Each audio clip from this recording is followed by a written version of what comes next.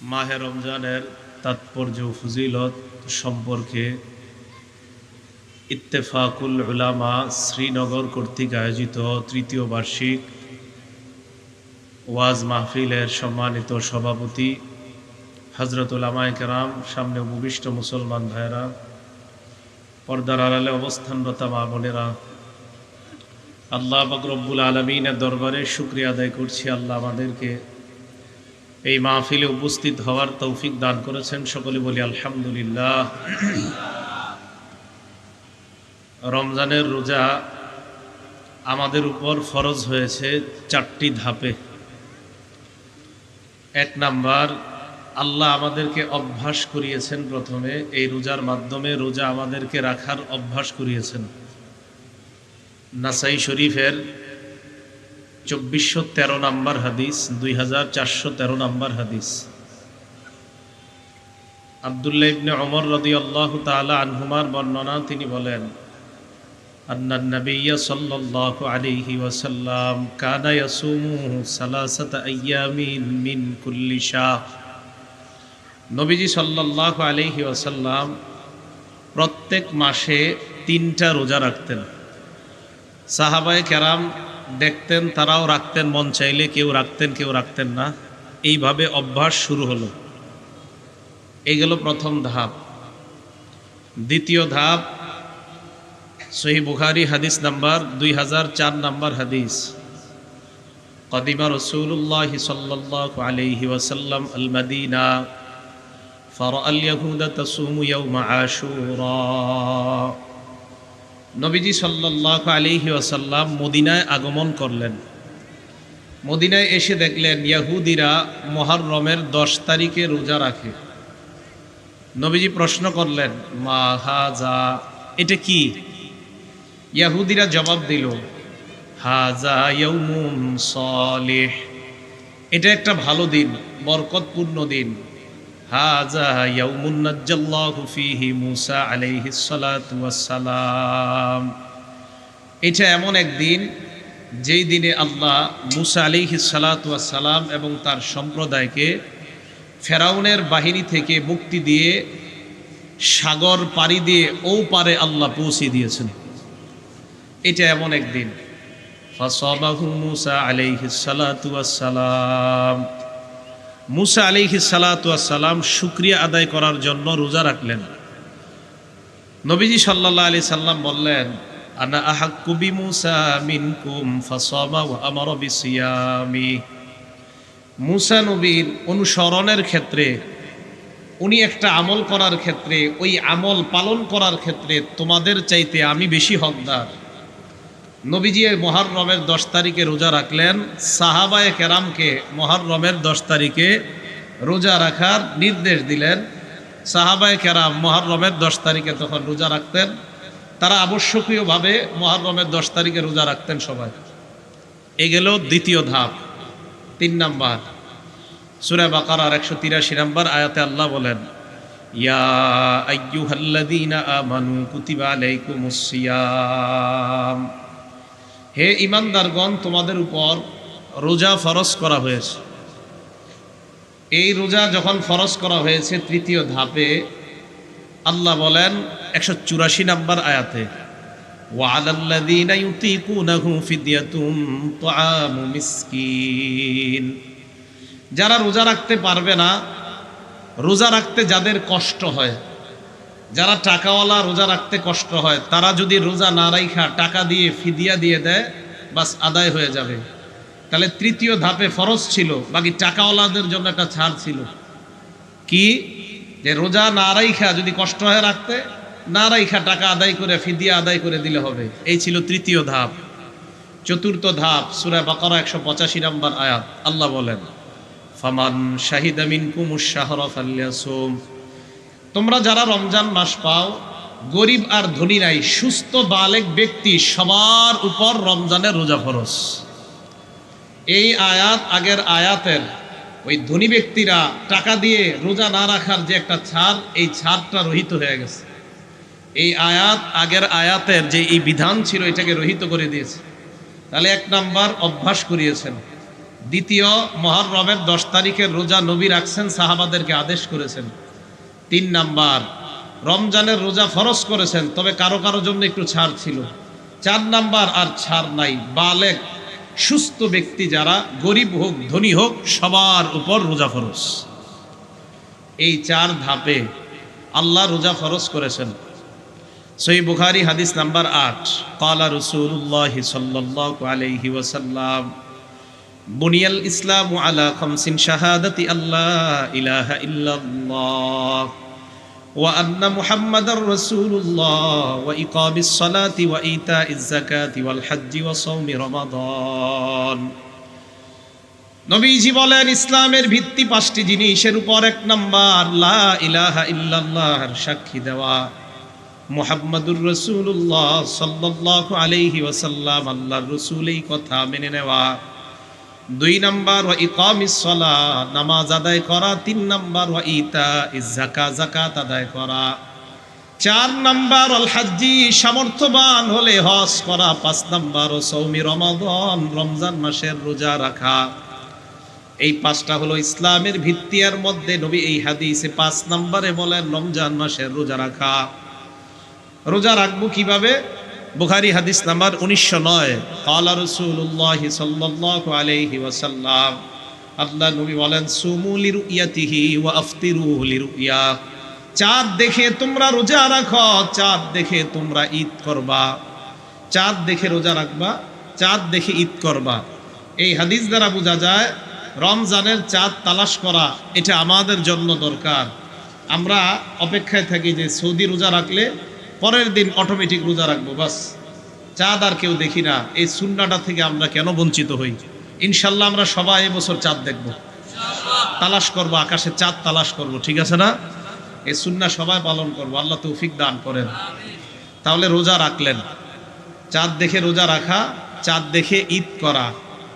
রমজান মাস পাওয়ার পরেই 4টা আমল আমরা করব। ক্বালা রাসূলুল্লাহ সাল্লাল্লাহু আলাইহি ওয়াসাল্লাম, আল্লাহ নবী বলেন ইস্তাকসিরু ফীহি মিন আরবা'i খিসাল, 4টা তোমরা আমল বেশি বেশি করবা। 2টা আমল, 1 নাম্বার লা ইলাহা ইল্লাল্লাহ। পড়েন তো লা ইলাহা ইল্লাল্লাহ। সবাই পড়ার সময় একটু খেয়াল করেন, লা ইলাহা ইল্লাল্লাহ বলতে ঠোঁট 2টা লাগে কিনা দেখেন তো। পড়েন লা ইলাহা ইল্লাল্লাহ, লাগে?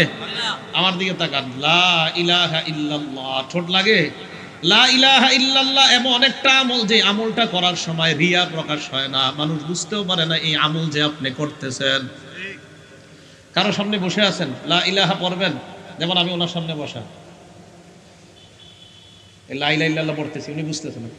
লা ইলাহা ইল্লাল্লাহ এমন একটা আমল যে মানুষকে না দেখানো, মানুষকে আপনি কোনো আমল দেখাইতেছেন না, তো না দেখানো সবচেয়ে শ্রেষ্ঠ একটা আমল লা ইলাহা ইল্লাল্লাহ। কারো সামনে বসা আপনি, বাস উনি কথা বলতেছে আরেকজনের সাথে, আপনি এই যে পড়তেছে, কেউ বুঝতেছেন না। লা ইলাহা ইল্লাল্লাহ এটা বুঝবেও না মানুষ আপনি যে আমল করতেছেন, কিন্তু আল্লাহর সাথে আপনার গভীর এক সম্পর্ক তৈরি হইতেছে। তো রমজান মাসে 1 নাম্বার লা ইলাহা ইল্লাল্লাহ, 2 নাম্বার আস্তাগফিরুল্লাহ বেশি বেশি পড়া, 3 নাম্বার তাসআলুনাল্লাহাল জান্নাহ, আল্লাহর কাছে জান্নাত চাওয়া, 4 নাম্বার ওয়া তাআওয়াজুনা বিহি মিনান নার, জাহান্নাম থেকে মুক্তি চাওয়া।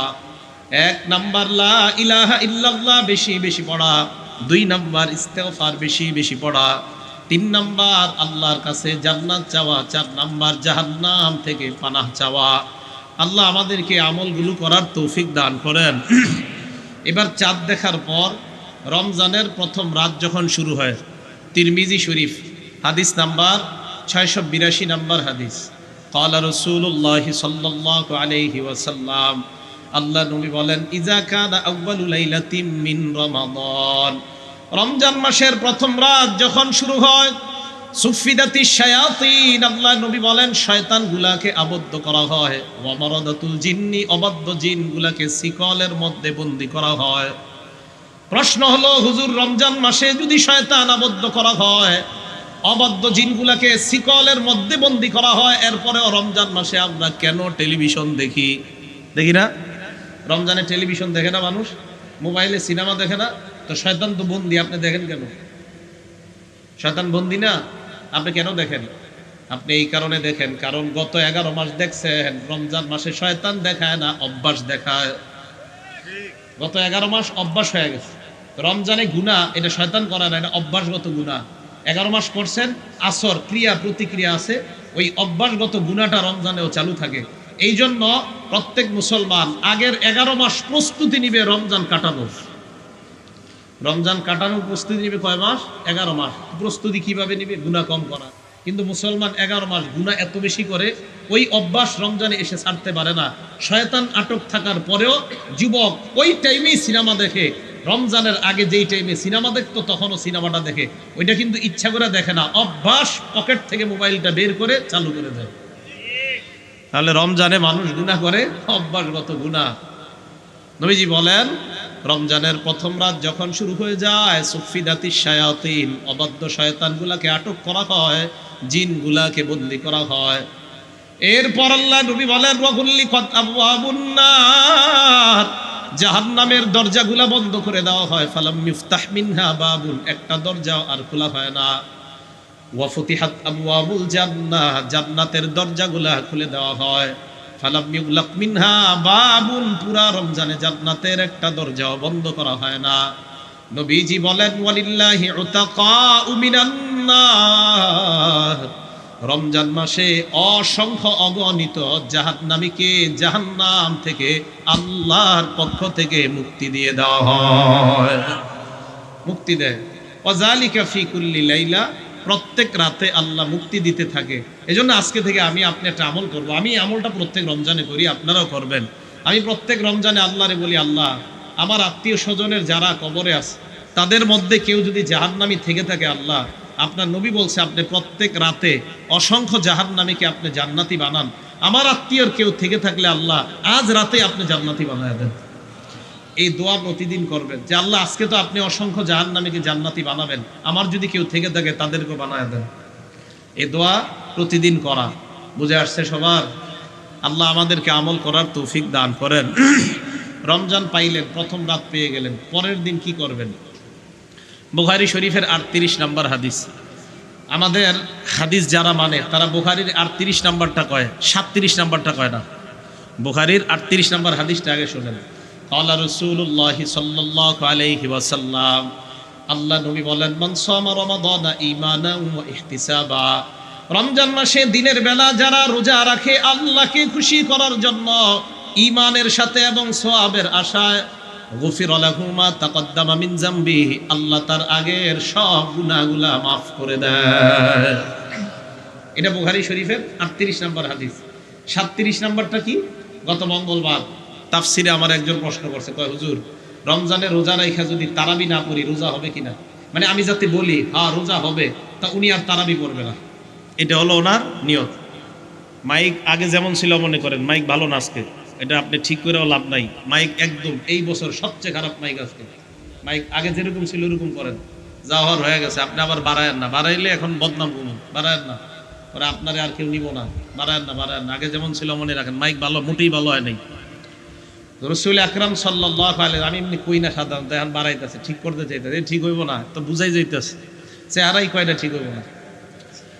তো রাসূল আকরাম সাল্লাল্লাহু আলাইহি সাল্লাম বুখারী শরীফের 37 নম্বর হাদিসে বলেন, ক্বালা রাসূলুল্লাহি সাল্লাল্লাহু আলাইহি ওয়াসাল্লাম, আল্লাহ নবী বলেন মান কামা রমাদানা ঈমানান ওয়া ইহতিসাবা, রাতের বেলা যারা নামাজের মাধ্যমে রাতটা কাটায় ঈমানের সাথে এবং সওয়াবের আশায়, রাতের বেলা নামাজের মাধ্যমে দিনের বেলা রোজা, রাতের বেলা নামাজ।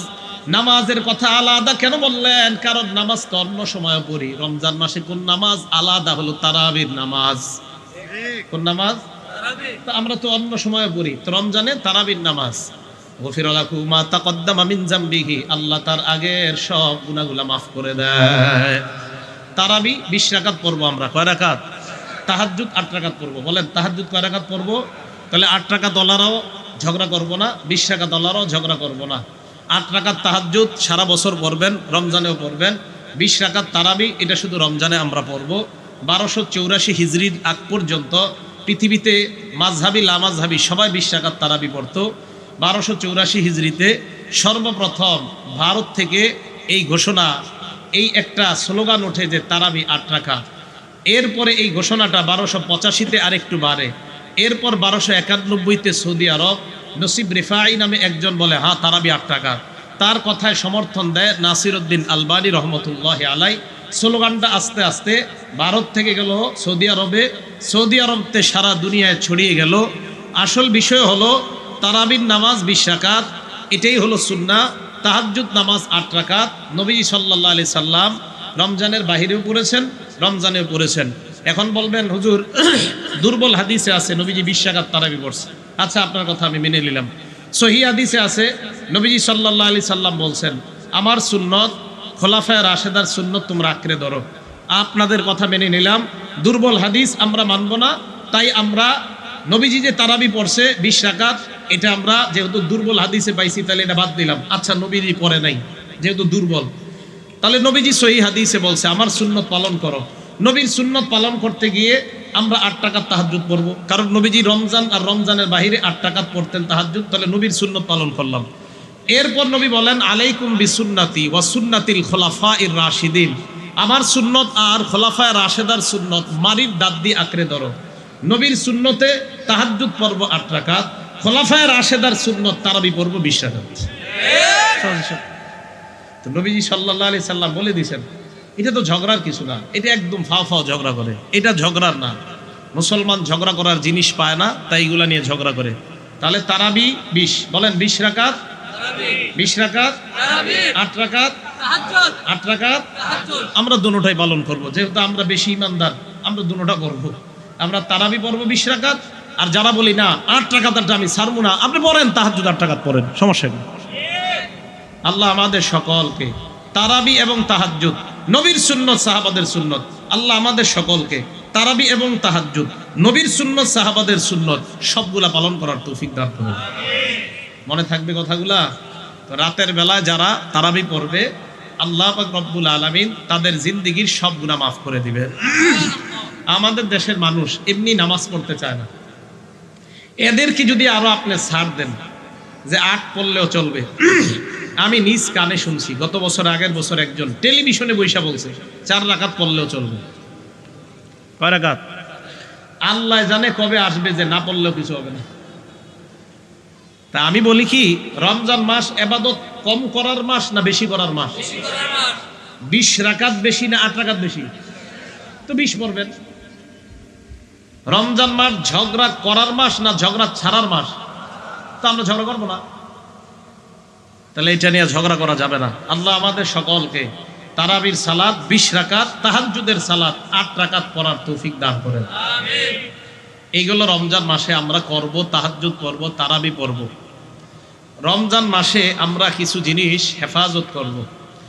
1 নাম্বার, আমরা চোখের হেফাজত করব। বলেন কিসের হেফাজত? চোখের হেফাজত করব আমরা। নাসিরউদ্দিন আলবানী রহমতুল্লাহ আলাইহি, নাম শুনছেন আপনারা? আস-সিলসিলাতুস সহিহা ওনার কিতাবের নাম। হাদিস নাম্বার 2673 নাম্বার হাদিস, 2673 নাম্বার হাদিস।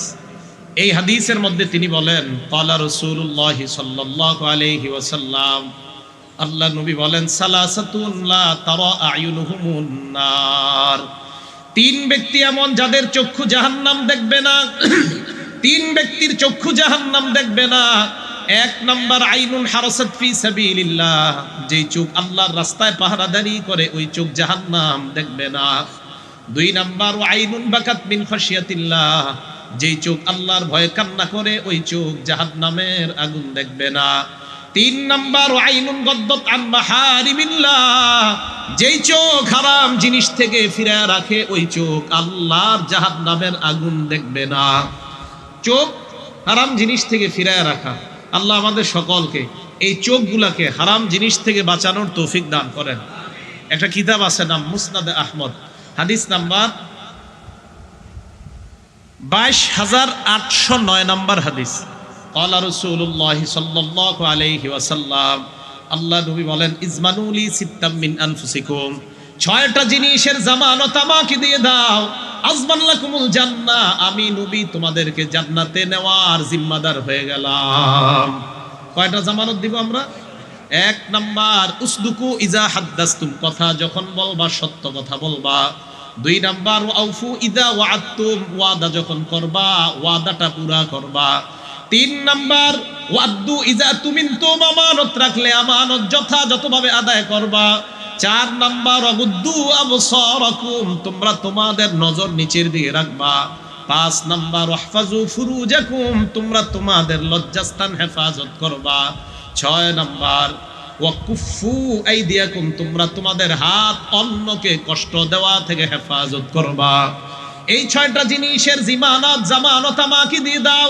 আল্লাহ নবী বলেন কথা বলবা, সত্য কথা বলবা, ওয়াদা তোমরা পুরা করবা, আমানত যথাযথভাবে আদায় করবা, চোখের হেফাজত করবা, লজ্জাস্থানের হেফাজত করবা, হাতগুলা কাউকে কষ্ট দেওয়া থেকে হেফাজত করবা।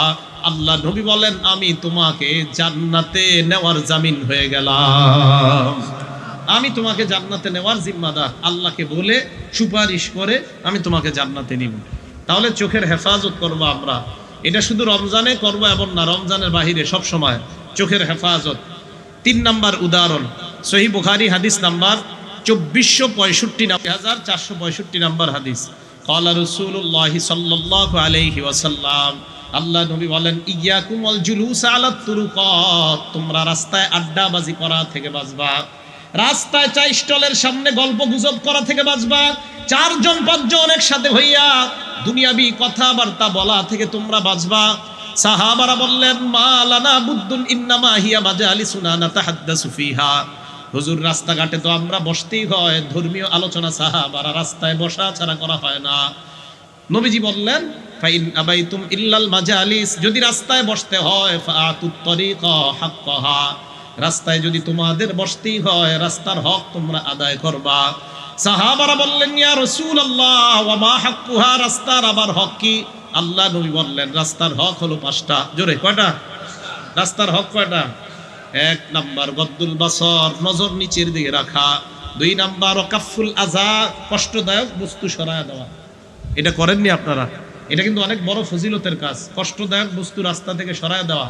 বুখারী শরীফের 652 নাম্বার হাদিসে আছে ক্বালা রাসূলুল্লাহ সাল্লাল্লাহু আলাইহি ওয়াসাল্লাম, আল্লাহ নবী বলেন বাইনামা রাজুলুন ইয়ামশি বিতরিক ওয়াজাদা গুসনা শাওকিন আলা তরিক, এক ব্যক্তি রাস্তা দিয়ে যায়, যাওয়ার সময় রাস্তার মধ্যে কষ্টদায়ক বস্তু পেয়ে যায়, পাওয়ার পর ওই রাস্তা থেকে কষ্টদায়ক ইটের কণা, কাটা অথবা সুই অথবা কষ্টদায়ক কলার সিলকা সরায়া দেয়। আল্লাহ নবী বলেন ফাশাকারাল্লাহু লাহু ওয়া গফারা লাহু, ওই বান্দার আমলটা ওই মুহূর্তে আল্লাহ সন্তুষ্ট হয়ে তার আগের গুনাহগুলা মাফ করে দেয়। এটা বড় ভালো একটা কাজ, রাস্তা থেকে কষ্টদায়ক বস্তু সরায় দেওয়া। রাস্তার হক কয়টা? 1 নাম্বার চোখ নিচে রাখা, 2 নাম্বার কাফুল আযা, কষ্টদায়ক বস্তু সরায় দেওয়া, 3 নাম্বার ওয়ারাদ্দুস সালাম, সালামের জবাব দেওয়া, 4 নাম্বার আমরুন বিল মারুফ, নেক কাজের আদেশ করা, 5 নাম্বার ওয়ানাহিউন আনিল মুনকার, অসৎ কাজ থেকে নিষেধ করা। শেষের 2টা একটু বুঝেন। আপনি মসজিদে যাইতেছেন, এক ভাই টেলিভিশনে অশ্লীল সিনেমা দেখতেছে, ওই মুহূর্তে আপনার সামনে 3টা অপশন। 1 সালাম দেন, 2 তাকে এই অসৎ কাজ থেকে বাধা দেন, 3 মসজিদে নামাজের দাওয়াত দেন। কথা বুঝে আসছে? তাহলে রাস্তার হক 5টা, নজর নিচে রাখা, কষ্টদায়ক বস্তু সরায় দেওয়া, 3 নাম্বার সালামের জবাব দেওয়া, 4 নাম্বার নেক কাজের আদেশ করা, 5 নাম্বার অসৎ কাজ থেকে নিষেধ করা। আল্লাহ আমাদেরকে রাস্তার হকগুলো আদায় করার তৌফিক দান করেন। তাহলে বলেন তো নজর নিচে রাখা এটা কোন জায়গার হক? নজর নিচে রাখা এটা কোন জায়গার হক? তাহলে রাস্তায় নজর যে নিচে রাখবেন, শুধুমাত্র একটা নারী হেঁটে যায় তার থেকে, নাকি ওই নারী সহ মোবাইলে যদি আপনি কোনো নারী দেখেন তার থেকেও নজর হেফাজত করতে হবে, নাটকের কোনো নারী তার থেকেও নজর হেফাজত করতে হবে। রাস্তায় হাঁটতেছেন আপনি উপরেও তাকাবেন না, কারণ উপরে যে ফটোগুলা আপনার বিভিন্ন বোর্ডে আছে, এই বোর্ডে যদি অশ্লীল ফটো থাকে সেখান থেকে নজর হেফাজত করতে হবে আপনার। আপনি বলতে পারেন হুজুর হাদিসে আসছে নবীজি আকাশের দিকে প্রায় সময় তাকিয়ে থাকতেন, আমি ওই সুন্নত পালন করার জন্য আকাশে তাকাবো। আপনি বাংলাদেশে এই সুন্নত ছাদে উঠে পালন করেন, রাস্তায় না। কোথায় না? রাস্তায় না। নবীজি আকাশের দিকে তাকাইতেন, এটা হাদিসে আছে। তা আপনি আকাশে তাকাইবেন এই সুন্নত পালন করতে গিয়ে, আপনি এটা ছাদে উঠে করেন।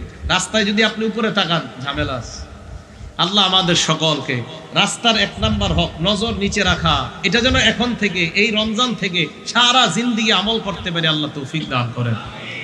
উদাহরণ নাম্বার 4, আল আদাবুল মুফরাদ, ইমাম বুখারী রহমতুল্লাহ আলাইহি লেখা, হাদিস নাম্বার 980 নাম্বার হাদিস। দাখালা আব্দুল্লাহ রাদিয়াল্লাহু তাআলা আন, কোন বর্ণনায় তার নাম আব্দুল্লাহ ইবনে মাসউদ। এক বাসায় গিয়েছেন, যাওয়ার পর রোগী দেখার জন্য গেলেন। ওয়া মাহু রাজুলুম মিন আসহাবিহি, ওনার সাথে ওনার একজন ছাত্র গেছে।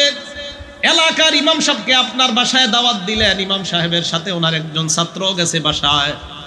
যাওয়ার পর নবীর সাহাবা তাকায় দেখে ওনার ছাত্র বাসায় বৈশা, ফাজা আলায়ান জুরু, ওই বাসায় বৈশা এদিক সেদিক খালি তাকায়, বাসায় বৈশা খালি এদিক সেদিক তাকায়। নবীর সাহাবা বললেন, লাউ তাকাফফাত আইনাকা লাকানা খায়রান লাকা, তোমার চোখ দুইটা যদি উঠায় ফেলতে পারতাম ভালো হইতো। তোমার চোখ দুইটা যদি উঠায় ফেলতাম, অন্ধ করে দিতে পারতাম ভালো হইতো। মানুষের বাসায় সেদিক দিক তাকাও কেন?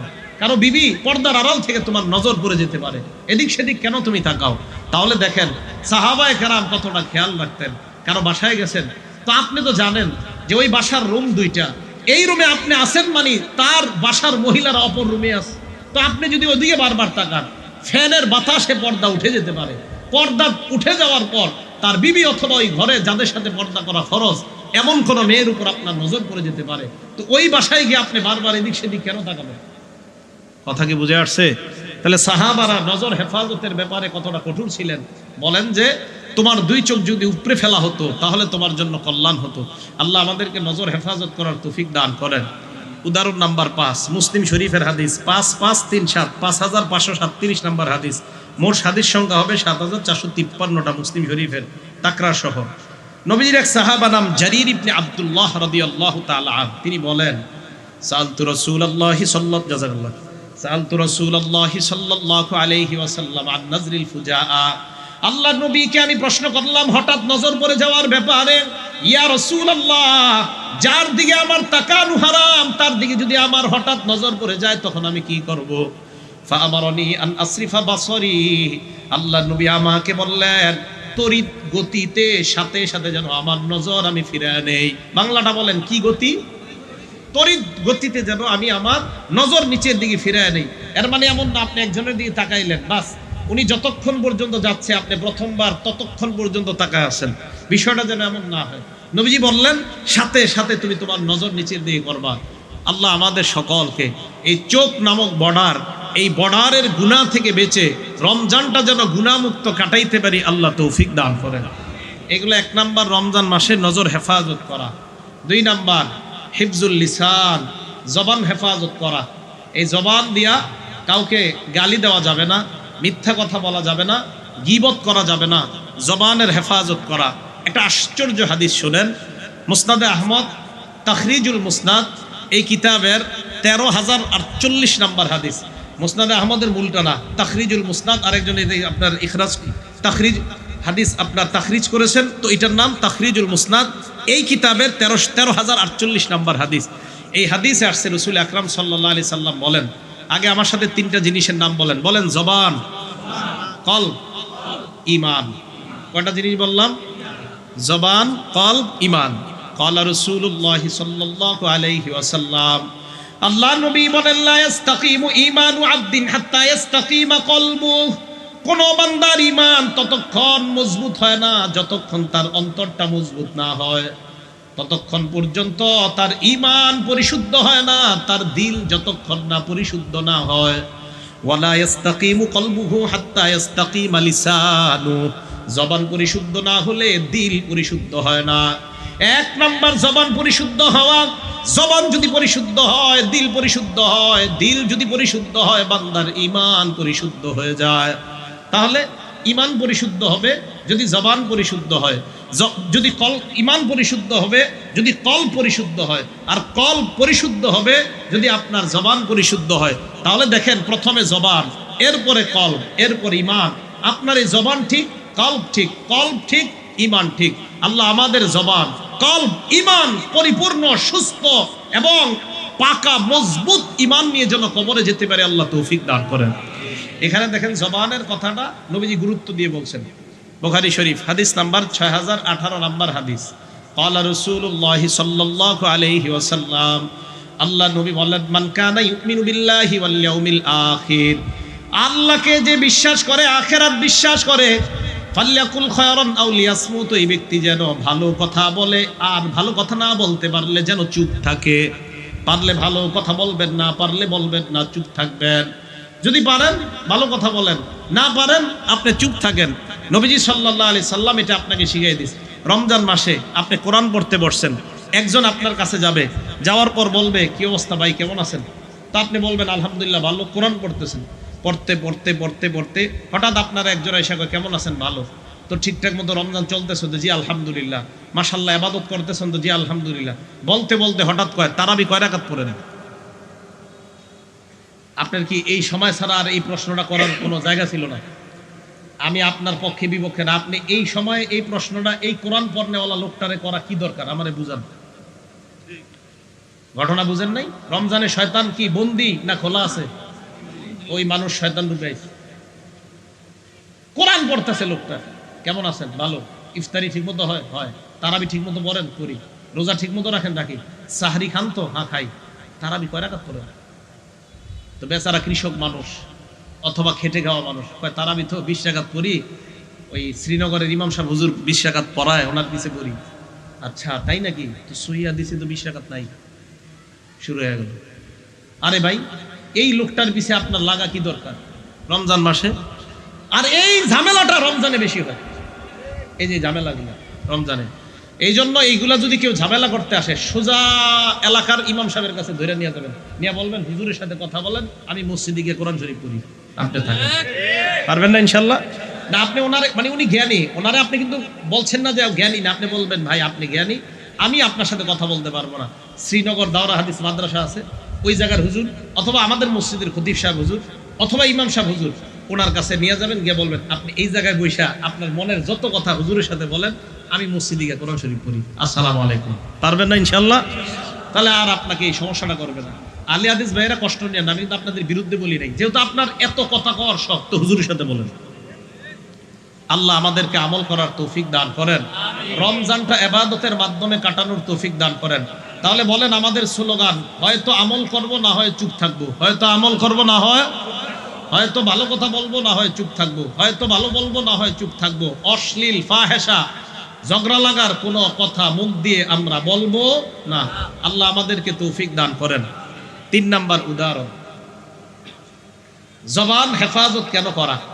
তিরমিজি শরীফের 2616 নাম্বার হাদিস, 2616, লম্বা একটা হাদিস, মন দিয়ে শোনেন।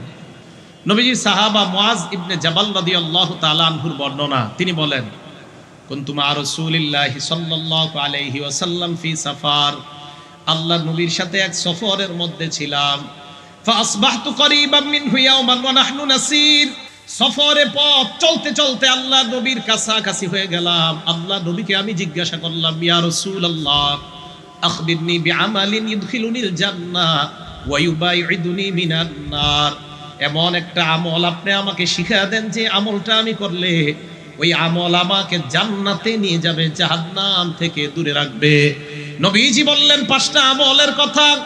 1 নাম্বার, তা'বুদুল্লাহ ওয়াহদাহু লা তুশরিকু বিহি শাইআ, আল্লাহর ইবাদত করবা, আল্লাহর সাথে শিরিক করবা না। 2 নাম্বার, ওয়া তুকিমুস সালাহ, নামাজ কায়েম করবা। 3 নাম্বার, ওয়া তুতিজ যাকাত, যাকাত আদায় করবা। 4 নাম্বার, ওয়া তাহুজ্জাল বাইতা, হজের সামর্থ্য হলে হজ আদায় করবা। 5 নাম্বার, ওয়া তাসুমু রমাদান, রমজান মাসের রোজা রাখবা। এই 5টার মধ্যে মোটামুটি ইসলামের সব বিষয়গুলো এসে যায় না? এই কথা বলার পর আল্লাহ নবী বললেন, আলা আদুল্লুকা আলা আবওয়াবিল খাইর, মুআজ আমি কি তোমাকে কল্যাণের দরজা সমূহের কথা বলবো না? সাহাবা বললেন, হুজুর এতক্ষণ আপনি কি বললেন? আরে বলছি তো, কল্যাণের দরজা আবার স্পেশাল 3টা। কয়টা? 1 নাম্বার, আস-সাওমু জুন্নাহ, রমজান মাসের রোজা, এটা হলো কল্যাণের 3টা দরজার একটা দরজা। রোজা জাহান্নাম থেকে মুক্তির ঢাল, এটা রমজানের, এটা হলো 3টা কল্যাণের একটা। 2 নাম্বার, সাদাকাতু তুতফিউল খাতিআ কামা ইউতফিউল মাউন নার, সদকা গুনাহকে এমন ভাবে মিটায় দেয়, পানি আগুনকে যেমন নিভায় দেয়। 2 নাম্বার সদকা কল্যাণের দরজা। 3 নাম্বার, সালাতুর রাজুলি ফি জাওফিল লাইল, রাতের বেলায় তাহাজ্জুদের নামাজ আদায় করা। রাতের বেলা তাহাজ্জুদ পড়া, এটাও কল্যাণের দরজা। কল্যাণের দরজা তিনটা: 1 নাম্বার রোজা রাখা, 2 নাম্বার সদকা করা, 3 নাম্বার রাতের বেলায় তাহাজ্জুদের সালাত আদায় করা। এই কথা বলার পর আল্লাহ নবী বললেন, মুআজ, আলা উখবিরুকা বিমিলা বিরাসিল আমরি কুল্লি, আমি কি তোমাকে এই যে কথাগুলা বললাম এইগুলার মূল বিষয় সম্পর্কে কি তোমাকে বলবো না? হুজুর এতক্ষণ কি কইলেন? এইগুলার মূলটা বলবো না? এটা বলার পরে কয়, ওয়া আমুদিহি, এইগুলার স্তম্ভ কোনটা এটা কি তোমাকে বলবো না? ওয়াজরাতু সানামিহি, এইগুলার সর্বোচ্চ শিখর কোনটা তোমাকে কি বলবো না? হুজুর এতক্ষণ বলার পরে আরো বাকি আছে। কয়, হ্যাঁ, এই সবগুলার মূলের নাম হলো ইসলাম। সুবহানাল্লাহ। ওয়া আমুদুহু আস-সালাহ, সবগুলার খুঁটির নাম হলো নামাজ। ওয়া জারওয়াতু সানামিহি আল জিহাদ, সর্বোচ্চ চূড়ার নাম হলো জিহাদ। সর্বোচ্চ চূড়ার নাম। মজার বিষয় কি জানেন? যারা আপনারে বারবার 8 বলবে, 20 বলবে, যারা আপনারে বলবে এইভাবে নামাজ পড়ো না, ওইভাবে নামাজ পড়ো, এদের মুখে ইমাম মাহদির কথা শুনবেন না, দাজ্জালের কথা শুনবেন না, জিহাদের কথা শুনবেন না। আমার তো মাঝে মাঝে মনে হয় মুস্তাহাব নিয়ে ঝগড়া লাগানোর পিছনে আন্তর্জাতিক ষড়যন্ত্র, যেন মুসলমান এই বিষয়গুলো সম্পর্কে না জানতে পারে। আন্তর্জাতিক ষড়যন্ত্র। এই জন্য সব বয়ানের মধ্যে যারে আনবেন বিষয় ধরাইয়া দিবেন। আহলে হাদিস ভাইদের মাহফিল হোক, মাযহাবী ভাইদের মাহফিল হোক, আহলে হাদিস ভাইদের মাহফিল হোক, প্রত্যেক আলোচককে বিষয় ধরাইয়া দিবেন। যদি বিষয় না দিয়ে দেন, ওনারা সবাই বিষয়ে 5টা নিবে। কয়টা? আমি বলছি না খারাপ বিষয়, ভালো বিষয় নিবে। আলহামদুলিল্লাহ, ওনারা খুব মাশাআল্লাহ হাদিস সংক্রান্ত, আলহামদুলিল্লাহ আহলে হাদিস আলেম যারা আছে তাদের প্রতি আমি পূর্ণ শ্রদ্ধার সাথেই বলছি, ঘুরে ফিরে কেন একই বিষয়। হাত কোথায় বাঁধবেন? নাভির উপরে বাঁধবেন না নাভির নিচে বাঁধবেন? শবে বরাতকে শবে বরাত বলা যাবে কিনা, নাকি না বলা যাবে? এইগুলা ছাড়া কি আর আলোচনা পান না আপনি? আপনি কি আলোচনা পান না? এই মাসে এটা কি মাস? না, মার্চ মাস। এক জায়গায় মাহফিলে গেছি, যে কোনো এক জায়গায়। আমার আগে যিনি আলোচনা করছেন উনি একজন শায়েখ। তো শায়েখ দেখা বুঝছি, যাই হোক উনি অনেক হাদিস বলবে। তো উনি আমার আগে আলোচনা করছে, আমি নাম বলছি না। আলোচনা ওঠার পর উনি 1 ঘন্টা 41 মিনিট আলোচনা করছে। আমি পূর্ণ আলোচনাটা শুনছি ওনার বসে বসে। আমি অপেক্ষায় ছিলাম ওনার মুখ থেকে হাদিসের ঝর্ণা বইবে। পুরা বয়ানের মধ্যে ঘুরে ফিরে 2টা হাদিস কইছে। পুরা বয়ানে বারবার খালি প্রমাণ করতেছে শবে বরাত বেদাত, শবে বরাত বেদাত, মানে ঘুরে ফিরে শবে বরাত বেদাত, শবে বরাত বেদাত। আপনি 1 ঘন্টা 41 মিনিট উম্মতকে কি শিখাইলেন বলেন? এটা আপনাদেরকে আমি অহংকার করার জন্য বলছি না, শিক্ষার জন্য বলছি, সব ঘরানার লোকদেরকে। ওনার পরে আমি আলোচনায় উঠছি। ওই আলোচনার মধ্যে আমি 48টা হাদিস বলছি। আমি ওই মাহফিলে বলছি যে আমি এতক্ষণ আপনাদেরকে যা বললাম কিছু শিখছেন তো? সামনে সবাই কয়, জি হুজুর আলহামদুলিল্লাহ শিখছি। এটা দিয়ে আমি অনেক কিছু বুঝাইছি ওই এলাকাটায়। তো আমি বললাম এই জন্য আমরা মিম্বরে যারা বসবো, উম্মতের সামনে এমন কিছু বলা যে উম্মত শিখতে পারে। ঘুরে ফিরে বারবার একই কথা উম্মতের বইলা কেন উম্মতের মধ্যে ঝগড়া লাগানো? তো বুঝতে হবে এক কথা বারবার বলা দ্বারা উদ্দেশ্য ভালো না, উম্মতের ভাই ভাইকে আলাদা করার ষড়যন্ত্র। এক বিষয় বারবার কেন? এগুলো মীমাংসিত। শবে বরাত এটা সহি, এটা মীমাংসিত বিষয়। তারাবি 20 রাকাত, এটা মীমাংসিত বিষয়। এই মীমাংসিত বিষয়ের মধ্যে আর কোন ধরনের ইখতিলাফ ঝগড়া হবে না। তারাবি 20 রাকাত, এটা মীমাংসিত।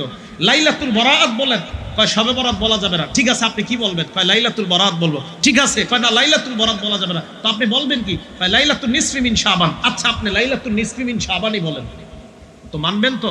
হ্যাঁ, লাইলাতুল নিসফি মিন শাবান বললে আলহামদুলিল্লাহ। রেজাউল করিম আবরার ভাইয়ের সাথে এখন মেনে নিছে। তো যে মেনে যে নিছে এটা আলহামদুলিল্লাহ। না, আমি কিন্তু তাদেরকে কোনো ধরনের, আপনারা আমাদের ওলামা একরাম যারা আছি আমরা, কখনো আমরা তাদের অশ্রদ্ধা করি না, করবো না ইনশাআল্লাহ। কিন্তু আমি বলছি এক বিষয় ঘুরে ফিরে প্রত্যেক বছর, এই বছর তো মেনেই নিছে, হ্যাঁ লাইলাতুল বরাত আছে, কেন না এটা বলা যাবে না? লাইলাতুল নিসফি মিন শাবান আছে, তো মেনে নিছে না এই বছর। বাস, এটা নিয়ে আর যেন ঝগড়া না হয়। দেখবেন আগামী বছর আবার ওই রাতের 2 দিন আগে ঝগড়া শুরু হবে। এক বিষয় বারবার ঘুরে ঘুরে আমরা আনবো না। আপনারা এই জায়গায় যেই পন্থী আছেন, আলহামদুলিল্লাহ আমরা তো মাদ্রাসার উলামায়ে কেরাম, অন্য কোনো যদি আপনারা এই জায়গায় কেউ মাযহাব না মানেন এমন লোক যদি থাকেন, মেহেরবানি করে বলবো 2-3টা বিষয় বারবার ঘুরে ফিরে ঝগড়ায় আনবেন না। বেশি পড়াশোনা করেন, আরো বেশি জানেন, তখন আপনি বুঝবেন আপনাকে ছলে বলে কৌশলে 3-4টা বিষয় দিয়ে কিভাবে সারা জীবন ধোকার মধ্যে ফেলে রাখা হয়। এই ধোকায় পড়ে থাকেন না। ভাইও আমিন জোরে বললেও নামাজ হয়, অস্বীকার করছি না। আমিন আস্তে বললেও নামাজ হয়, আমিন না বললেও নামাজ হয়। তো এটা নিয়ে কেন ঝগড়া?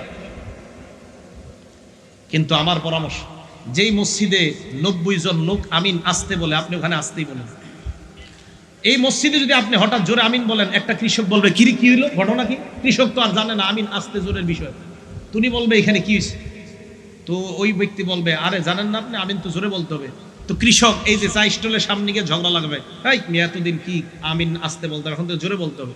আমি বুঝাইতে চাইলাম এই মুস্তাহাব বিষয়টা একটা আনপড় মানুষ জানার কারণে এখন এটা ঝগড়ায় রূপান্তরিত হয়ে গেল। লালবাগে বাবা আর ছেলে কথা বলে না, আমিন জোরে আর আস্তে নিয়ে ঝগড়া করে। লালবাগ বাবা আর ছেলে একই ঘরে খায়। আল্লাহ আমাদেরকে এই মুস্তাহাব বিষয় নিয়ে ঝগড়া করা থেকে বেঁচে থাকার তৌফিক দান করেন, আমিন। বলতেছিলাম জবানের হেফাজত। এই জবান দিয়ে আমরা কাউকে কষ্ট দিব না, কাউকে এমন কথা বলবো না যেই কথায় মানুষ কষ্ট পায়। এই জবান দিয়ে এমন কথা বের করবো না যেই কথায় উম্মতের মাঝে বিভক্তি তৈরি হয়।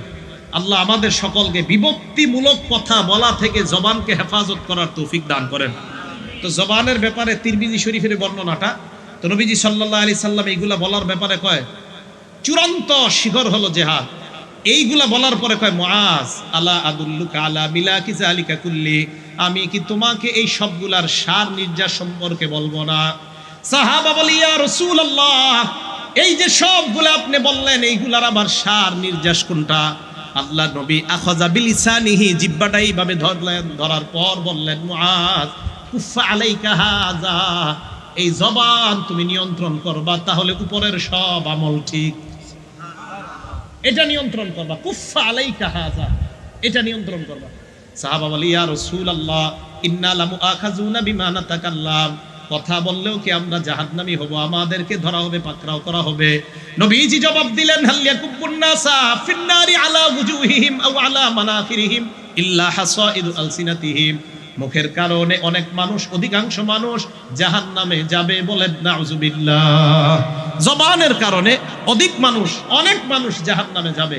আল্লাহ আমাদের সকলকে এই রমজানকে কেন্দ্র করে আমরা মুস্তাহাব বিষয় সহ কোন বিষয় আমরা ঝগড়া না করে এই জবানকে আমরা হেফাজত করব।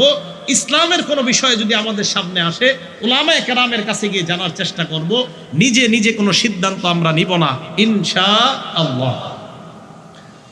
বুখারী শরীফ হাদিস নাম্বার 6473 নাম্বার হাদিস, কানা রাসূলুল্লাহ সাল্লাল্লাহু আলাইহি ওয়াসাল্লাম ইয়ানহা আন কিলা ওয়া ক্বাল, আল্লাহর নবী নিষেধ করেছেন অনর্থক বিষয় নিয়ে বাদানুবাদ করতে, নিষেধ করেছেন অনর্থক বিষয় নিয়ে ঝগড়া বিবাদ করতে, আল্লাহর নবী নিষেধ করেছেন। মুস্তাহাব নিয়ে ঝগড়া করা এটা অনর্থক বিষয়, মুস্তাহাব নিয়ে ঝগড়া করা এটা অনর্থক বিষয়। আবার বলছি, মুস্তাহাব নিয়ে ঝগড়া করা এটা অনর্থক বিষয়। হ্যাঁ, আমি বলছি যে মসজিদে 90 জন লোক আমিন আসতে বলে, ওই মসজিদে জোরে আমিন বলার এই ঝগড়াটা তৈরি করা এটা অনর্থক একটা বিষয়, এটা অনর্থক বিষয়। কেন আপনি এখানে এটা বলবেন? এই অনর্থক বিষয়কে আনবে না। নবীজি বলছেন আনকিল ওয়া ক্বাল, অনর্থক বিষয় নিয়ে ঝগড়া করতে নবীজি নিষেধ করছেন। 2 নাম্বার ওয়াকাসরাতিস সুআল, অধিক প্রশ্ন করতে আল্লাহ নবী নিষেধ করছেন। 3 নাম্বার ওয়া ইদাআতিল মাল, সম্পদ নষ্ট করতে নিষেধ করছেন। 4 নাম্বার ওয়া মানইন ওয়া হাত, কৃপণতা করতে নিষেধ করছেন, ভিক্ষা করতে নিষেধ করছেন। 5 নাম্বার ওয়া ওয়াদিল বানাত, কন্যা সন্তান জীবিত কবরস্থ করতে নিষেধ করছেন। এর মধ্যে 1 নাম্বার বাদ অনুবাদ অনর্থক বিষয় নিয়ে করতে নিষেধ করেছেন। আল্লাহ আমাদের সকলকে অনর্থক সাধারণ কোনো বিষয় নিয়ে ঝগড়া করা থেকে এই জবানকে হেফাজত করার তৌফিক দান করেন। সহিহ বুখারী হাদিস নাম্বার 6474 নাম্বার হাদিস, আগের হাদিসটা 473, এটা 6474। ক্বালা রাসূলুল্লাহ সাল্লাল্লাহু আলাইহি ওয়াসাল্লাম, আল্লাহ নবী বলেন মাইয়াজমান লিমা বাইনা লাহইহি ওয়া মা বাইনা রিজলাই, আমার কোন উম্মত যদি আমাকে 2 চোয়ালের মাঝখানে এই জবানের ব্যাপারে আমাকে নিরাপত্তা দিয়ে দেয়, 2 রানের মাঝখানের লজ্জাস্থানের ব্যাপারে যদি নিরাপত্তা দিয়ে দেয়, আজমান লাহুল জান্নাহ, আমি নবী তাকে জান্নাতে নেওয়ার নিরাপত্তা দিয়ে দিলাম। আমাকে যদি আমার কোন উম্মত এই 2 চোয়ালের মাঝখানে জবানের নিরাপত্তা দেয়, 2 রানের মাঝখানে লজ্জাস্থানের নিরাপত্তা দেয়, আমি নবী তাকে জান্নাতে নেওয়ার জিম্মাদার হয়ে গেলাম। আল্লাহ আমাদের সকলকে এই জবান আর লজ্জাস্থানকে গুনাহ থেকে হেফাজত করার তৌফিক দান করেন। সহিহ বুখারী হাদিস নাম্বার 6477 নাম্বার হাদিস। ক্বালা রাসূলুল্লাহ সাল্লাল্লাহু আলাইহি ওয়াসাল্লাম, আল্লাহ নবী বলেন, ইন্নার রাজুলা লা ইয়াতাকাল্লামু বিল কালিমা মা ইয়াতাবায়্যানু ফিহা, মাঝে মাঝে মানুষ চিন্তা ভাবনা ছাড়া কথা বলে, ইয়াজিল্লু বিহা ফিন্নার আবআদা মিম্মা বাইনাল মাশরিক, এই অনর্থক কথাবার্তা বলার কারণে দুনিয়ার পূর্ব পশ্চিম যত বড় জাহান্নামে ওই পরিমাণ সে জাহান্নামী হয়ে যায়, এটা তার জানাও নাই। একটা অনর্থক কথা আন্দাজি বইলা ফেলছে, বলার কারণে সে এই দুনিয়ার পূর্ব পশ্চিম যত বড় ওই পরিমাণ জাহান্নামের গভীরে তার ঠিকানা হয়ে যায়, এটা তার জানাও নাই। আল্লাহ আমাদের সকলকে ভেবে চিনতে এই মুখটা ব্যবহার করার তৌফিক দান করেন। ইউটিউবার ভাই আজকে যারা আমার ভিডিও করছেন, আমি আমিন বিষয়ে যে কথাগুলো বলছি, যদি পারেন পুরো আলোচনা দিবেন, আংশিক কোনো আলোচনা কেটে দিবেন, আবার আমি ইউটিউব সব অফ করে দেব। ইউটিউবের ব্যাপারে কিন্তু আমি বলছিলাম আমার ভিডিও করা নিষেধ, এরপরও মাহফিল শেষের দিকে দেখে আমি কিছু বলতেছি না। আমি আমার জিন্দিগিতে কোনো ইউটিউবারকে ফোন দেই নাই, কোনো ইউটিউবার বলতে পারবে না, টাকা দিয়ে তো আনার প্রশ্নই আসে না আমার জীবনে। হ্যাঁ, আপনি যে কোনো ইউটিউবারকে বলবেন, ফোন করি না। এরপরেও মাঝখানে কিছু কিছু বিষয় আমার কাটছাট করে ঝামেলা করার চেষ্টা করা হয়েছিল। এখন আমি বলবো, এই আমি যদি অন্য কোনো ঘটনার ব্যাপারে আলোচনা করি, পুরো আলোচনা দিতে হবে। আংশিক আলোচনা দেখবো, সাথে সাথে ওই দিন থেকে ইউটিউব অফ। কেউ আমার মাহফিলে ইউটিউব যাবেন, মাহফিল কর্তৃপক্ষও বলবো ইউটিউব বন্ধ হবে না, আমি ওয়াজ করবো না। ইউটিউবাররা মনে রাখবেন, আমার এই আলোচনা দিলে পুরোটা দিতে হবে। আংশিক কেটে যদি কোনো অবস্থায় আমার কানে আসে, ইউটিউব বন্ধ হবে। কথা কি বুঝে আসছে সবার? কারণ ঝগড়ার পক্ষে আমি না, আমি আরিফ বিন হাবিব ঝগড়ার পক্ষে না, আমি কোনোদিনও ঝগড়ার পক্ষে না। নবীজি বলছেন, আনা জাইমুন লিমান তারাকাল মিরাআ বিবাইতিন ফি রাবজিল জান্নাহ, ঝগড়া যে পরিত্যাগ করে আমি ওই ব্যক্তিকে জান্নাতের মাঝখানে একটা ঘরের জিম্মাদার হয়ে গেলাম। আমরা ঝগড়া পরিত্যাগ করি। আল্লাহ আমাদের সকলকে যে কথাগুলো বললাম আমল করার তৌফিক দান করেন। বুখারী শরীফের 6477 নম্বর হাদিস থেকে জানলাম, চিন্তা ভাবনা ছাড়া অনর্থক কথা যদি কেউ বলে ফেলে, এই কথার কারণে সে পূর্ব পশ্চিম যত বড় এই পরিমাণ গভীরে জাহান্নামে চলে যেতে পারে। আল্লাহ আমাদেরকে চিন্তা ভাবনা করে জেনে বুঝে প্রত্যেকটা কথা বলার তৌফিক দান করেন। সহিহ বুখারী হাদিস নাম্বার 6478 নম্বর হাদিস, ক্বালা রাসূলুল্লাহ সাল্লাল্লাহু আলাইহি ওয়াসাল্লাম, আল্লাহ নবী বলেন, ইন্নাল আবদা লা ইয়াতাকাল্লামু বিল কালিমা মিন রিদওয়ানিল্লাহ, মাঝে মাঝে বান্দা এমন কথা বলে যেই কথাটা আল্লাহর সন্তুষ্টিজনক কথা, এই কথাটার কারণে লা ইউলকি লাহা বালা, যেই কথাটা বান্দা চিন্তা ভাবনা করে বলে নাই, তবে কথাটা অনেক ভালো। মাঝে মাঝে বান্দা এমন কথা বলে যেই কথাটা ভালো, আল্লাহর সন্তুষ্টিজনক কথা, বান্দা নিজেও জানে না আমি এমন ভালো কথা বলছি। লা ইউলকি লাহা বালা, চিন্তা ভাবনা করেও বলে না। আল্লাহ নবী বলেন, ইয়ারফাউল্লাহু বিহা দারাজাত, এই কথার কারণে আল্লাহ তার মর্যাদা বাড়াইতেই থাকেন, মর্যাদা শুধু বাড়াইতেই থাকেন, প্রচুর পরিমাণ মর্যাদা বাড়ায়। এবার দেখেন কি কয়, ওয়া ইন্নাল আবদা লা ইয়াতাকাল্লামু বিল কালিমা মিন সাফাতিল্লাহ, মাঝে মাঝে বান্দা এমন কথা বলে যেই কথা আল্লাহ অসন্তুষ্ট হয়ে যায়।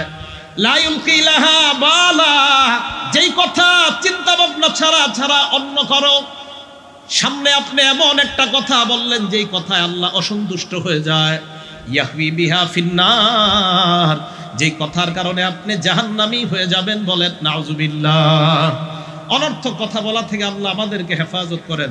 তিরমিজি শরীফ হাদিস নাম্বার 2504 নম্বর হাদিস, সুইলা রাসূলুল্লাহ সাল্লাল্লাহু আলাইহি ওয়াসাল্লাম, আইয়ুল মুসলিমিনা আফজল, আল্লাহ নবীকে প্রশ্ন করা হলো, ইয়া রাসূলুল্লাহ, কোন মুসলমান সবচেয়ে শ্রেষ্ঠ মুসলমান? আল্লাহ নবী জবাব দিলেন, মান সালিমাল মুসলিমুনা মিন লিসানিহি ওয়া ইয়াদিহি, যেই মুসলমানের জবান এবং হাতের কষ্ট দেওয়া থেকে অন্য মুসলমানরা নিরাপদ থাকে, ওই মুসলমানটা আল্লাহর কাছে দুনিয়ার শ্রেষ্ঠ মুসলমান হয়ে যায়। আপনার জবান, আপনার হাত দিয়ে কাউকে কষ্ট দিবেন না, আপনি আল্লাহর কাছে শ্রেষ্ঠ মুসলমান। তিরমিজি শরীফ হাদিস নাম্বার 2501 নম্বর হাদিস, ক্বালা রাসূলুল্লাহ সাল্লাল্লাহু আলাইহি ওয়াসাল্লাম, আল্লাহ নবী বলেন, মান সামাতা নাজা, যে ব্যক্তি অনর্থক কথাবার্তা থেকে চুপ থাকবে ওই ব্যক্তি নাজাত পেয়ে যায়, মুক্তি পেয়ে যায়। তাহলে মুক্তি পাওয়ার একটা সিস্টেম শিখলাম, বেশি কথা না বইলা চুপচাপ থাকা, বেশি কথা না বইলা চুপচাপ থাকা। আল্লাহ আমাদের সকলকে বেশি কথা বলা থেকে হেফাজত রাখেন। আমি কিন্তু মাইকের সামনে ছাড়া এমনি কথা বলি না, মাইকে কথা বলি, মাইকের সামনে ছাড়া আমার সাথে কোথাও গেলে দেখবেন খুব বেশি চুপচাপ থাকার চেষ্টা করি। আর রমজান মাসে তো পালায়া থাকি, পালায়া থাকি আমি, কেউ যেন এসে ডিস্টার্ব করতে না পারে। রমজান মাসে পুরা পলায়া থাকি, কোথায় আছি এটা কাউরে বলা সম্ভব হয় না। এই জন্য জবান নিয়ন্ত্রণ করেন, জবান হেফাজত করেন, ইনশাল্লাহ জান্নাতি হয়ে যাবেন। জবান হেফাজত করেন, জবান দিয়ে কাউকে কষ্ট দিয়েন না, হাত দিয়ে কাউকে কষ্ট দিয়েন না। আল্লাহ আমাদেরকে জবান আর এই হাত আর আমার জবানকে যেন গুনাহ থেকে হেফাজত করতে পারে আল্লাহ তৌফিক দান করেন। নাসাই শরীফ হাদিস নাম্বার 2233, কত হয়? হ্যাঁ, 2233 আর 2233, মাশাআল্লাহ। এই হাদিসের মধ্যে রাসূল করিম সাল্লাল্লাহু আলাইহি সাল্লাম বলেন, আস-সাওমু জুন্নাহ, রোজা হলো ঢাল। রোজা কি? সাহাবারা অন্য হাদিসে প্রশ্ন করলেন, হুজুর কতক্ষণ ঢাল? নবী বললেন, মালাম ইয়াখরিকহা, যদি এই ঢালটা ছিদ্র না হয়। সাহাবারা বললেন, হুজুর ঢাল আবার ছিদ্র হয় কিভাবে? নবীজি জবাব দিলেন, এই ঢাল ছিদ্র হয় দুইটা জিনিসের মাধ্যমে। জোরে বলেন কয়টা?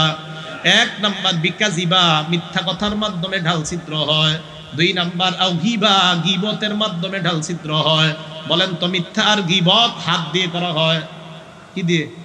মুখ দিয়ে। তাহলে রোজা নামক ঢাল এটা ছিদ্র হয়ে যায় মিথ্যা আর গীবতের মাধ্যমে। আপনাদের পায়ে ধরি বাবারা, ভাইয়েরা, মিথ্যা কথা বললেন না, গীবত করবেন না। আমি সহ আমরা সবাই ইনশাআল্লাহ গীবত মিথ্যা কথা থেকে আমাদের এই জবানকে হেফাজত করে রোজা নামক ঢালকে আমরা সুস্থ অবস্থার ঢাল, একদম মজবুত ঢাল নিয়ে যেন জাহান্নাম থেকে প্রতিরক্ষা ব্যবস্থা আমরা করে আল্লাহর কাছে যাইতে পারি। আল্লাহ তৌফিক দান করেন। তাহলে ছিদ্র করা যাবে না। ছিদ্র হয়ে গেলে এটা আর আপনাকে জাহান্নামের সামনে দাঁড়াবে না। এবার ছিদ্র হয় কয় জিনিসের মাধ্যমে? দুই, মিথ্যা কথা আর একটা হলো গীবত করা। বুখারী শরীফের 6094 নাম্বার হাদিস, ক্বালা রাসূলুল্লাহ সাল্লাল্লাহু আলাইহি ওয়াসাল্লাম, আল্লাহ নবী বলেন, ইন্নাস সিদকা ইয়াহদি ইলাল বীর, সত্য মানুষকে পুণ্যের দিকে নিয়ে যায়। ওয়া ইন্নাল বিররা ইয়াহদি ইলাল জান্নাহ, পুণ্য মানুষকে আল্লাহর জান্নাতের দিকে নিয়ে যায়।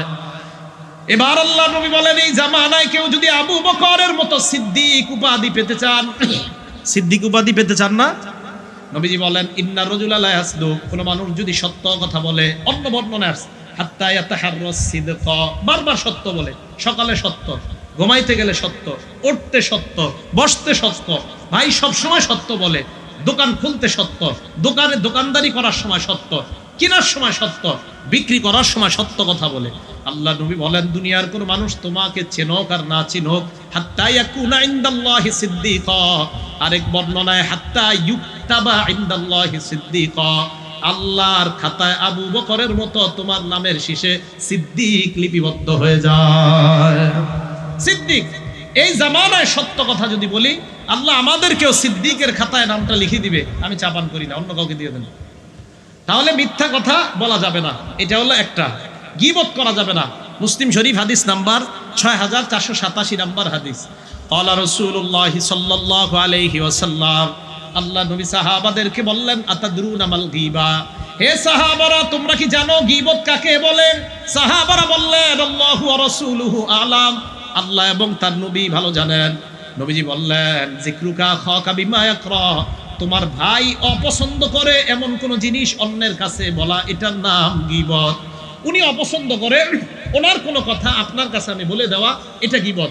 সাহাবারা বললেন, ইনকানা ফি আখি মা আকুল, হুজুর আমি যেই ভাইয়ের ব্যাপারে বললাম তার মাঝে যদি সত্যি সত্যি অপরাধটা থাকে, বুঝেন আমি ওনার নামে একটা কথা বললাম, নবীজির কাছে সাহাবারা নবীজির কাছে বললেন, হুজুর আমি যার ব্যাপারে বললাম সত্যি সত্যি যদি এরকম থাকে, নবীজি বললেন, ইনকানা ফি আখি কামা তাকুল, তোমার ভাইয়ের মাঝে যদি ওটা সত্য সত্য থাকে, ফাকাদ ইক্তাবতা, এটার নাম গীবত। তার মাঝে ওই অপরাধ থাকলে আর ওইটা আপনাকে বললে এটার নামই গীবত। ওয়া ইন লাম ইয়াকুন ফি আখি কামা তাকুল, তোমার ভাইয়ের ব্যাপারে যা বললা তার মাঝে যদি এটা না থাকে, ফাকাদ বাহাত্তা, এটার নাম অপবাদ। অপরাধ থাকলে গীবত, অপরাধ না থাকলে অপবাদ। কথা বুঝে আসছে?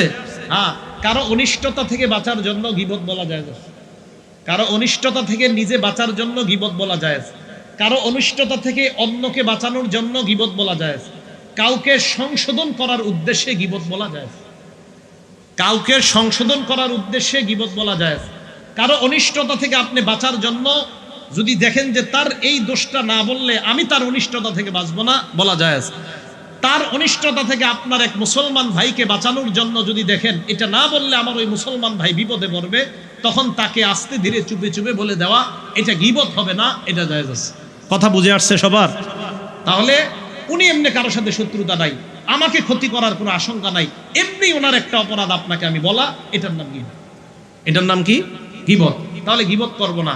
আল্লাহ গীবত থেকে আমাদেরকে বেঁচে থাকার তৌফিক দান করেন, আমিন।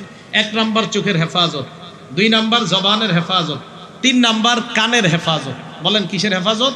কানের। কান দিয়ে খারাপ শুনবো না, কান দিয়ে মিথ্যা শুনবো না, কান দিয়ে গীবত শুনবো না, কান দিয়ে গান শুনবো না। বুখারী শরীফের 7004 নাম্বার হাদিস, ক্বালা রাসূলুল্লাহি সাল্লাল্লাহু আলাইহি ওয়াসাল্লাম, আল্লাহ নবী বলেন, মানিস্তামা ইলা হাদিসি কওমিন ওয়া হুম লাহু কারিহুন, কোন মানুষ যদি অন্য কারো কথা কান পেতে শুনে, যেই কথা শোনাটা ওই মানুষরা অপছন্দ করে না। দেখেন, আপনি কান পেতে অন্যের কথা শোনাটাও কত বড় অপরাধ। অনুমতি ছাড়া কান পেতে অন্যের কথা, ভালো কথা শোনাও অপরাধ। কান পেতে অন্যের কোনো কথা, যেই কথাটা ওই মানুষটা চায় আপনি যেন না শোনেন, কিন্তু আপনি কান পেতে আছেন। নবীজি বলেন, সুব্বাফি উজুনাইহিল আনুকু ইয়াউমাল কিয়ামাহ, কিয়ামতের ময়দানে তার কানের মধ্যে গলিত সীসা ঢেলে দেওয়া হবে। সীসাকে গলানো হবে, সীসা গলিয়ে তার কানের মধ্যে ঢেলে দেওয়া হবে। সীসা গলিয়ে তার কানের মধ্যে কি করা হবে? ঢেলে দেওয়া হবে। তাহলে সীসা গলিয়ে তার কানের মধ্যে ঢেলে দেওয়া হবে, এটা হলো কানের অপরাধ থেকে যেন আমরা বাঁচতে পারি, আল্লাহ তৌফিক দান করেন। 4 নাম্বার হিফজুল আযা, অঙ্গ প্রত্যঙ্গ অন্যগুলা যা আছে, হাত পা, এগুলাকে হেফাজত করা। সূরা ফুসসিলাত আয়াত নাম্বার 20 আল্লাহ বলেন, হাত্তা ইদা মা জাউহা শাহিদা আলাইহিম সামউহুম ওয়া আবসারুহুম ওয়া জুলুদুহুম বিমা কানু ইয়ামালুন। আল্লাহ পাক রব্বুল আলামিন বলেন, জাহান্নামের সামনে জাহান্নামী যাওয়ার পর শাহিদা আলাইহিম সামউহুম, তার কান তার বিরুদ্ধে সাক্ষী দিবে, ওয়া আবসারুহুম, তার চোখ তার বিরুদ্ধে সাক্ষী দিবে, ওয়া জুলুদুহুম, তার শরীরের চামড়া তার বিরুদ্ধে সাক্ষী দিবে।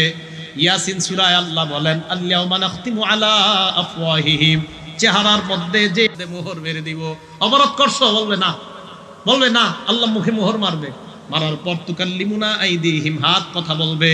সিস্টেম হলো, কেউ যদি কারো বিরুদ্ধে কথা বলে, এই কথা বলার পক্ষে সাক্ষী দেওয়া লাগবে। হাত কথা বলে বলবে, আল্লাহ তোমার এই বান্দা চোখ দ্বারা অপরাধ করছে মাবুদ। হাত কথা বলবে। হাত এই কথা বলার পর আল্লাহ বলবে, সাক্ষী দাও। ওয়া তাশহাদু আরজুলুহুম বিমা কানু ইয়াকসিবুন, পা এই হাতের পক্ষে সাক্ষী দিয়ে দিয়ে বলবে, আল্লাহ হাত যা যা বলছে আমি পা হাতের পক্ষে সাক্ষী দিয়ে দিলাম। হাত কথা বলবে আল্লাহর কাছে, পা সাক্ষী দিবে। তাহলে একজন মামলা করে আরেকজন সাক্ষী দেওয়া লাগে, হাত মামলা দায়ের করবে, পা সাক্ষী দিয়ে দিবে হাতের পক্ষে। তা আপনার অঙ্গ প্রত্যঙ্গগুলা একটা আরেকটার বিরুদ্ধে এইভাবে সাক্ষী দিবে। আল্লাহ আমাদেরকে অঙ্গ প্রত্যঙ্গগুলা গুনাহ থেকে হেফাজত করার তৌফিক দান করেন। এটা হলো 4 নাম্বার। 5 নাম্বার কম খাওয়া। বলেন কি করব আমরা? কম খাবো। রমজানে নাকি যত খাবো তত সওয়াব, গুনাহ নাই। আচ্ছা, এই কথা আপনারা কই পান? হ্যাঁ, কম খাবেন, রমজানে কম খাবেন। সাহারি খাবেন, ইফতারি খাবেন। সাহারি ইফতারিতে খেজুর রাখবেন, তাহলে অন্য খানা কম খাইলেও চলবে। সাহারিতে আমি কাউরে দেই না খেজুর খাইতে। হাদিস আসছে, আল্লাহ নিয়ামাস সাহুরু বারাকাতান আত-তামার, যে সাহারির মধ্যে খেজুর খাওয়া কতই না উত্তম খাদ্য। সাহারিতে খেজুর খাওয়া কতই না উত্তম খাদ্য। বলেন তো সাহারি, সেহরি বলেন না, কিন্তু পোস্টারের মধ্যে লেখা সেহরি ও ইফতারের সময়সূচি, মানে জাদু ও ইফতার খাওয়ার সময়সূচি। জাদু ও ইফতার খাওয়ার সময়সূচি। সেহরুন মানে জাদু, জাদু ও ইফতারি খাওয়ার সময়সূচি নাকি? আরে বুঝে না কি তো এটা লেখা কেন? সেহরুন মানে তো জাদু, সাহরুন মানে পবিত্র খাদ্য, যেটা আমরা সাহরুন ভোরে খাই। তাহলে সাহরুন না সেহরুন? সেহরুন মানে জাদু, সাহরুন পবিত্র খাদ্য। ভোররাত্রি উঠে আপনাদের মুয়াজ্জিন সাহেব, ইমাম সাহেব, অনেকের যারা বলে তাদেরকে বলবেন, উঠুন, সেহরি খাওয়ার সময় হয়েছে, জাদু খাওয়ার সময় হয়েছে। না, এটা আর বলা যাবে না, সাহরি খাওয়ার সময় হয়েছে। বলেন কি খাওয়ার? আমরা কি জাদু খাই না সাহরি খাই? তাহলে এই কথাগুলো আমরা সংশোধন করে নেওয়া। আল্লাহ আমাদেরকে আমল করার তৌফিক দান করেন। তাহলে আমরা সাহারি খাই, খাবো, কম খাবো রমজান মাসে আমরা। 5 নাম্বার। 6 নাম্বার আশা এবং ভয়। আল্লাহ রোজাটা আপনি কবুল করবেন, আশা ভয়। মাবুদ আমি তো আপনি যেইভাবে বলছেন ওইভাবে রাখতে পারছি না, আরে আল্লাহ আমার রোজা কবুল হবে কিনা, এই ভয় থাকা। তাহলে কি 6 নাম্বারটা? আশা আর ভয়ের মাঝে আপনি কাজ করেন। আল্লাহ আমল তো করতেছি, আশা রাখি কবুল করবেন। ভয় হয় মাবুদ আপনি যেইভাবে বলছেন এইভাবে তো করতে পারি নাই, কবুল করবেন কিনা, এই ভয় রেখে আপনি সিয়াম পালন করা। কথাগুলো মনে থাকবে ভাই। সর্বশেষ একটা আবদার করবো আপনাদের কাছে। আগামীকাল ফজর নামাজ থেকে, মনে করেন আগামীকাল ধরে নেই কালকে রাতে তারাবি হলো, সম্ভাবনা আছে কালকে? আচ্ছা ধরে নেই, কালকে একদিন, রমজানের আগের একদিন আগামীকাল, পরে রমজানের ধরানি 30টা, 30 আর একে কত হয়? 31। রমজানের পরে আরো 9 দিন, মোট কয় দিন হয়? 40। কালকে সহ রমজানের পরে 9 দিন, রমজান 30 দিন, কয়দিন হলো? 40। রমজানে সাধারণত মুসলমানরা রমজানের বাহিরে যেই পরিমাণ নামাজ পড়ে, রমজানে একটু বেশি পড়ে। এই জায়গায় আমার আপনাদের কাছে একটা আবেদন, কোনো মুসলমান নতুন করে রমজানে নামাজ পড়লে তাকে এই শব্দ বলবেন না, ওহ তোরে কত দেখছি নামাজ পড়স না তুই রমজানের বাহিরে, শুধু রমজানে পড়স। আল্লাহর হস্তে এই শব্দ কোনো মুসলমানকে বলবেন না। কোনো মুসলমান রমজানে নামাজ পড়া শুরু করলে বলবেন, মাশাআল্লাহ আপনি নামাজ পড়া ধরছেন, আশা করি রমজানের পরেও আপনি আমল চালু রাখবেন, এইভাবে বলবেন। কারণ অনেককে আপনি বলার পরে বলবেন, ধুর আইছিলাম আর আসবো না। এটা বললেন না আল্লাহর হস্তে, কাউরে নিরুৎসাহিত করেন না, এক কথা। 2, রমজানে মুসলমানরা সাধারণত 5 ওয়াক্ত নামাজ জামাতের সাথে আদায় করার চেষ্টা করে, ইনশাআল্লাহ আমরা করব। তাহলে রমজানের 30 দিন অনেক মুসলমান 30 দিন একদম তাকবীরুল্লাহর সাথে নামাজ পড়ে। কয়দিন হলো? 30। আর আগামীকাল ফজর থেকে একদিন ধরেন, কয়দিন হলো? 31। পরে 9 দিন, 40 দিন। এই 40 দিন তাকবীরুল্লাহর সাথে নামাজ আদায় করার জন্য একদল তৈরি হয়ে যান। যুবকদের মধ্যে একদল তৈরি হয়ে যান, আপনারা রমজানে মোবাইলটা খারাপ কাজে ব্যবহার না করে রমজানে প্রত্যেক নামাজের 20-15 মিনিট আগে বন্ধুদেরকে ফোন দিবেন, দোস্ত মনে আছে তো জামাত 1:30টায়, জামাত 5টায়, মাগরিবের আগে ইফতারির পরে এই সবাই আসছে তো নামাজে, এশার নামাজের সময় এই তারাবি কিন্তু শুরু হয়ে যাবে, এশার নামাজ শুরু হয়ে যাবে। তাহলে মোবাইলের কাজটা হয়ে যাক, 40 দিন তাকবীর উলার সাথে নামাজ পড়ার একটা কাজ হোক। এই 40 দিন তাকবীর উলার সাথে নামাজ পড়লে, তিরমিজি শরীফের 241 নম্বর হাদিস, মান সাল্লা লিল্লাহি 40 ইয়াওমান ইউদরিকুত তাকবীরাতাল উলা, প্রথম তাকবীরের সাথে যদি কেউ 40 দিন নামাজ পড়ে, কুতিবাত লাহু বারাআতান, তার জন্য 2টা নিরাপত্তা নামা লিখে দেওয়া হয়। 1 নাম্বার বারাআতুম মিনান নিফাক, মুনাফিকি থেকে তার নামটা কেটে দেওয়া হয়।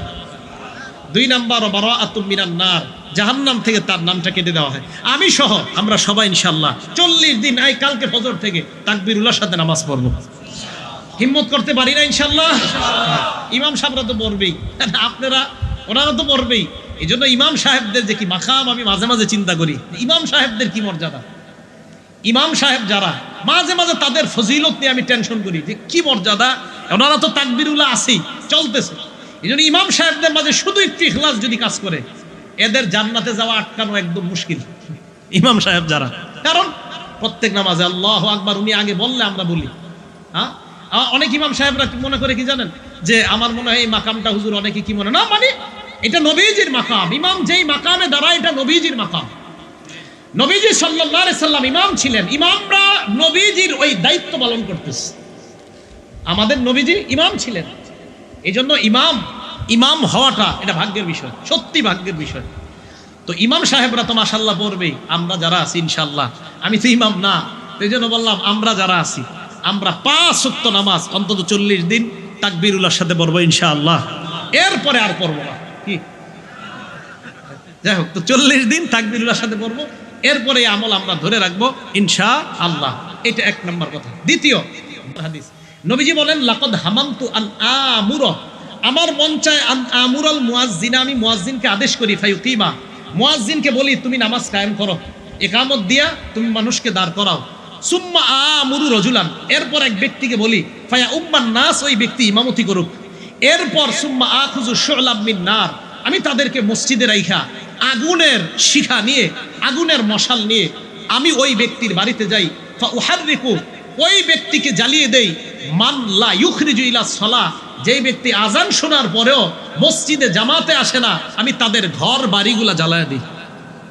ভাই আপনাদের কাছে আমি দিল থেকে কথাটা বলতেছি, বিশ্বাস করেন, আমি তো পড়াশোনা করছি একজন মানুষ, এরপরে আমি এই হাদিসটা প্রতিদিন ফিকিরে আনি যে নবীজি কি কথা বলছেন, যে আজান শোনার পর কোনো ব্যক্তি নামাজে যায় না, আমার মন চায় আমি তার ঘর জ্বালায় দিই।